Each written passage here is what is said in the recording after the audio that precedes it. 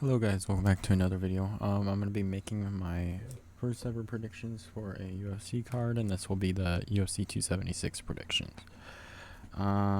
This is coming out really late, so yeah, I'm very aware of like certain things going on right now. I know there was some issues in like the weigh-in conference with Strickland that I noticed with his foot, which can impact some of these predictions, and I don't know if you care about if you're like superstitious, the Drake curse thing, but we'll move on. Okay, so we'll start with Jessica Rose Clark versus Julia Stoliarenko. That's how you say it, Stoliarenko. Okay. So yeah, this will be another starting off the card with just two women's MMA fights. This first one, when I look at their fights, so Jess got locked into an armbar, I believe, in her last fight against who was it? Stephanie Egger. It was just like a weird thing. She's in her guard, random armbar, and got in there. I'm kind of worried about like fight IQ during these fights, and so in Julia Stoliarenko's against I believe it was Alexis Davis. She put her in like 3 different arm bars specifically on the ground off her back. So I'm kind of worried about Jessica Rose Clark when she moves her to the ground. She's basically better than her in every facet of fighting. But I will take her to win this. I have a check mark down here, by the way, of who I'm picking. But yeah, I'm going to pick Jessica Rose Clark, but I think there are some areas where she could lose this fight, but I'm going to take her. She's better in the grappling.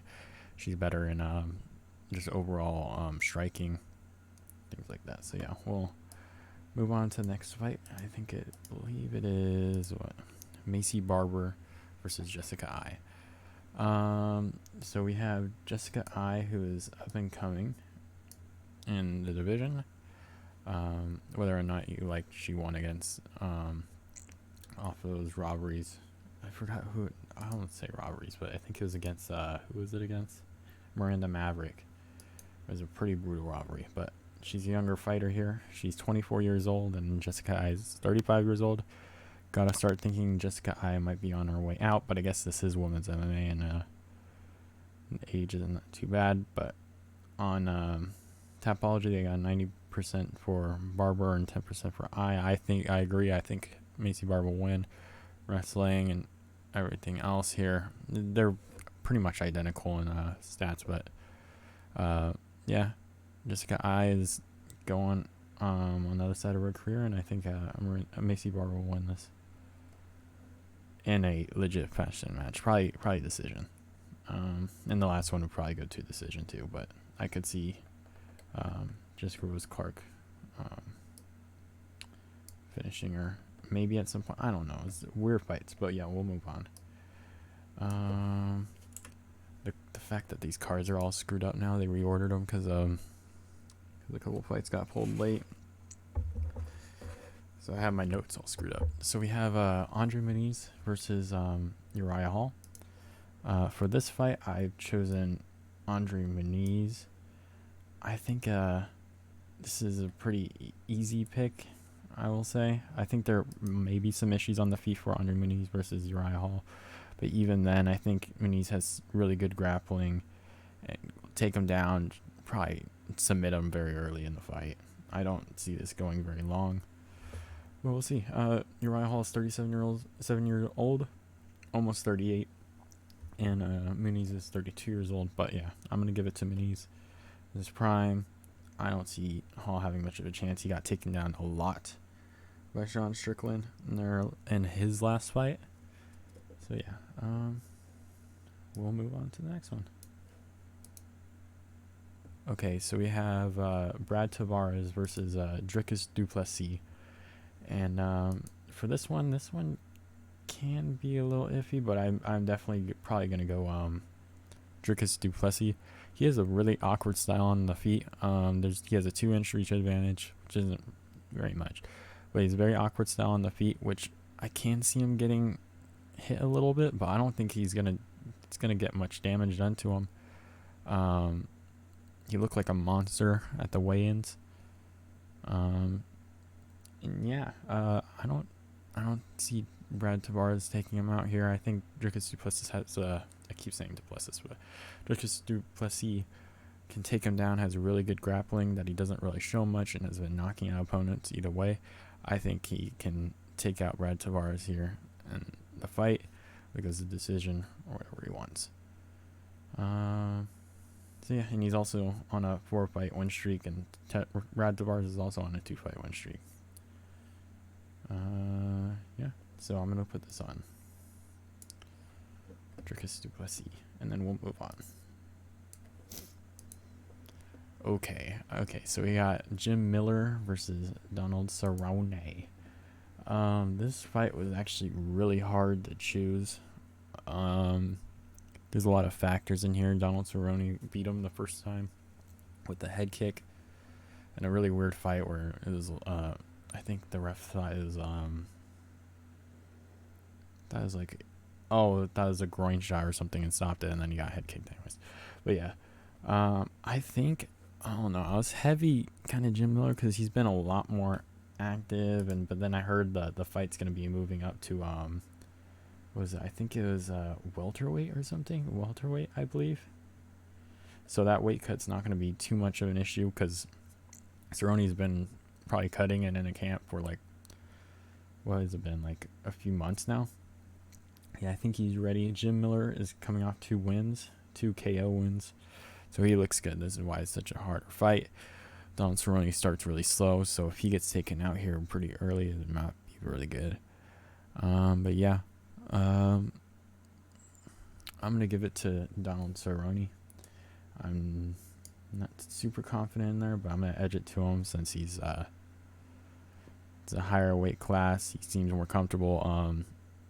Jim Miller doesn't seem too heavy a guy in general, so guess we'll see how that fight goes. It can go either way and can screw whoever it is, I guess, at this point, right?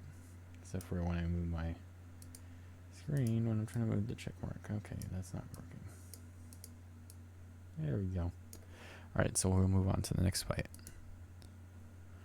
Ian Gary versus, who's this again? Gabe Green. Ian Gary versus Gabe Green. I got Ian Gary to win this fight. A lot of people think this is going to be really close, which I think it probably could be. But from what I saw in Gabe Green's and Ian Gary's fights, Gabe Green tends to stay, he has the line in his fights, I noticed he takes quite a bit of shots, like a lot of them. So this will definitely be an issue because Ian Gary's very long, uses a lot of kicks, will punch out and everything. Will probably pick him apart for most of the fight. Can get caught though. I'm not too confident in his chin yet, but we'll see. I think he can take a couple of shots, but I think Ian Gary just needs to keep some distance so to not let Green close in and pick him, or not pick him apart, but shoots his lights out, end the fight early. So Ian Gary will just need to pick him apart, kind of like his last fight against Weeks, but I think Green will probably do a better job closing it in, so he just needs to be careful on this. And yeah, Gabe Green's a slight underdog, so this is a very close fight. They're both, Ian Gary's very young, but Gabe Green's still young for 29 years old. 11-3, decent prospects. And then we will move on to the next fight. If I can move the check mark. Okay, so Brad Riddell versus Jalen Turner. I'm going to go Jalen Turner here, just by the mere size factor here. I think they're pretty similar striking wise, technically wise. I actually think Brad Riddell is more technically sound, but I think striking wise they're similar in that aspect. But I think the height difference is going to be a big issue here. We got an 8-inch height advantage from Jalen Turner, and a a 6-inch reach advantage. So he'll have, and the leg reach is 46 inches. So that's a 8-inch reach advantage for the legs. Dude has a big advantage on here. He's gonna pick. I believe he's gonna pick apart Riddle. I don't know necessarily like pick him like technically wise, but I think he's gonna catch him a couple times. He's got good, decent grappling that he can take advantage of, and yeah, I think that's the way he wins. It's just a big giant size disadvantage for him, for Riddle, coming off the loss. I believe it was Fiziev. So we'll see. He had a lot of hype moving forward. We'll see how that goes tomorrow, but I guess it'll be today. But I'm going with Jalen Turner. And then, so going to the main card, we're starting with Pedro Munoz versus Sean O'Malley. I'm picking Sean O'Malley here. I think this is a really tough fight for him since Pedro Munoz got some great power in his hands and a pretty hard chin to defend against. So Sean O'Malley might have a tough time. No one put out Pedro Munoz. The key factor in here is a lot of people are saying, I believe some of the bigger talking heads are saying like Pedro Munoz uses leg kicks, this and that. I think Sean O'Malley has a good chance of like hurting him in his body and his legs most of the fight. Sean O'Malley has a 5-inch height, not much of a deal there, but 72-inch reach. So what do we got here? A 7-inch reach advantage over Pedro Munoz and a like a 4-inch reach advantage in the legs. So, and Sean O'Malley has a really decent leg kick too. So he can leg kick, jab, kick, high kick. He can easily pick apart Pedro Munoz.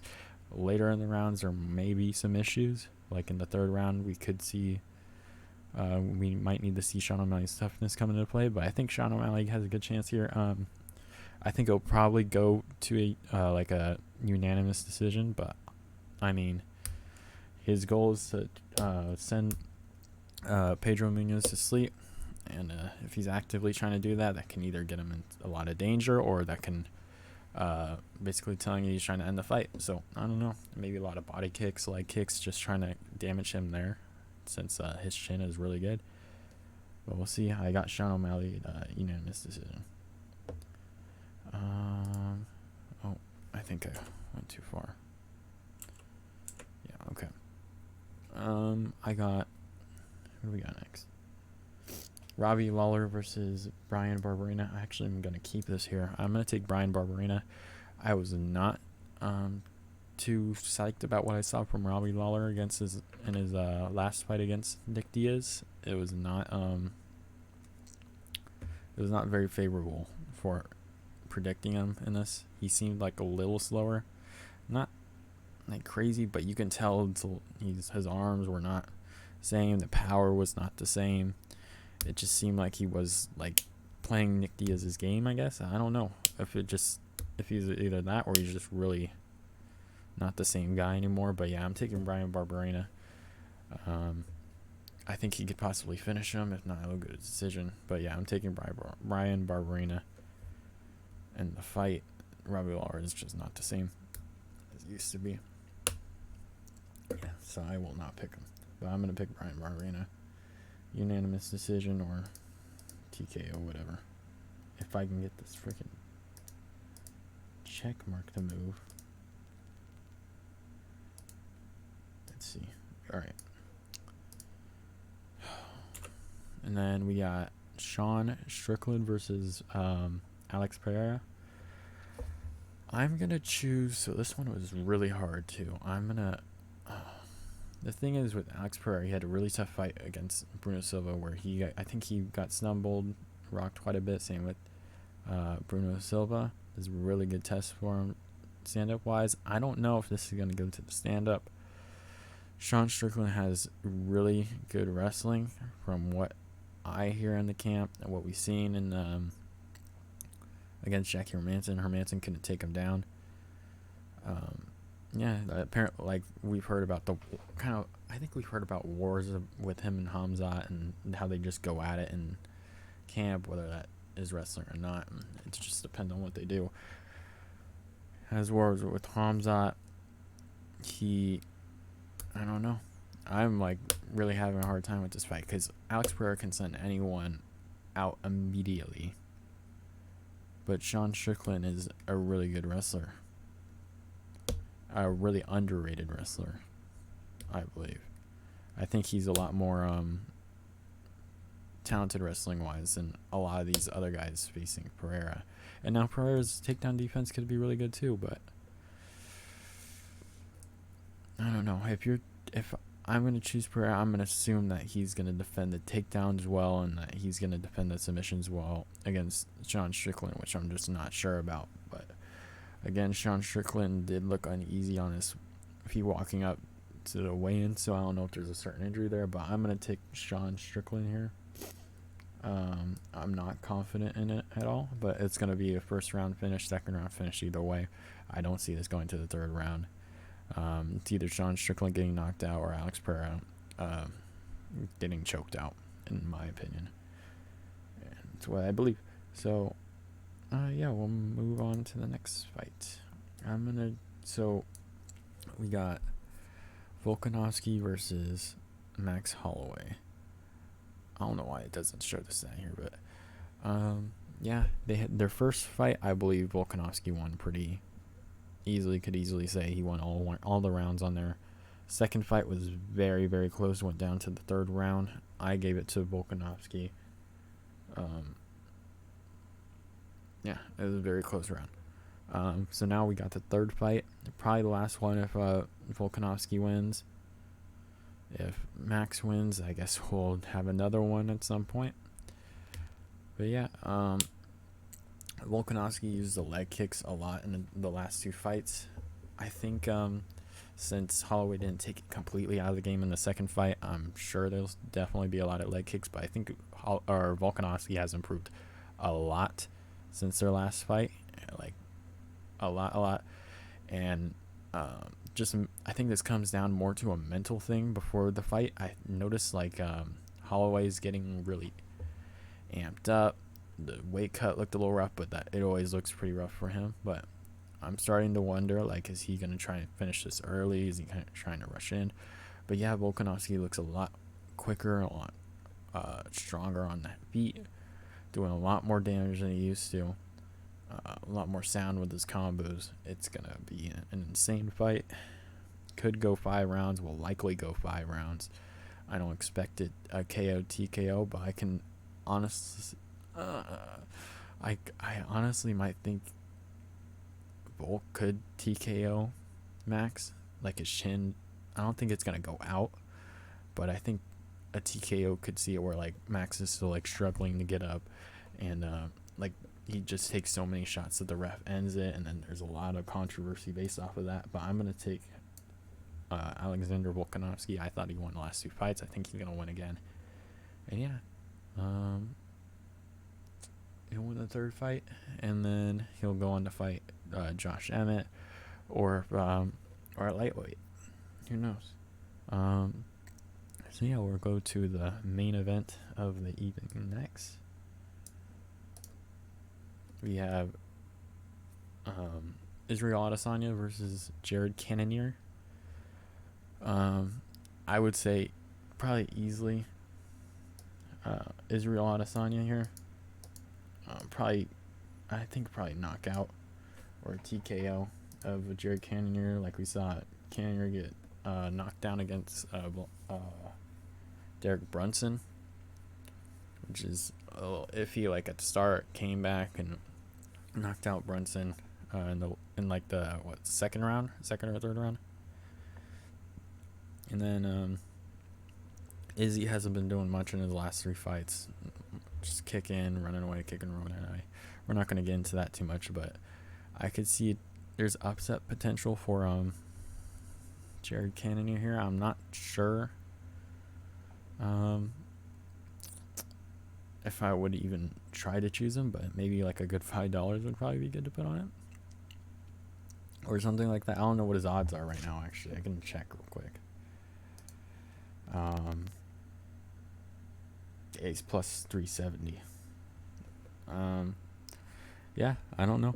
And a lot of stuff is coming today, like the Drake curse. That would be kind of funny if Izzy lost, and then we have a whole Izzy Cannonier thing, and then you have like Strickland and Pereira next. Like, who's gonna win that?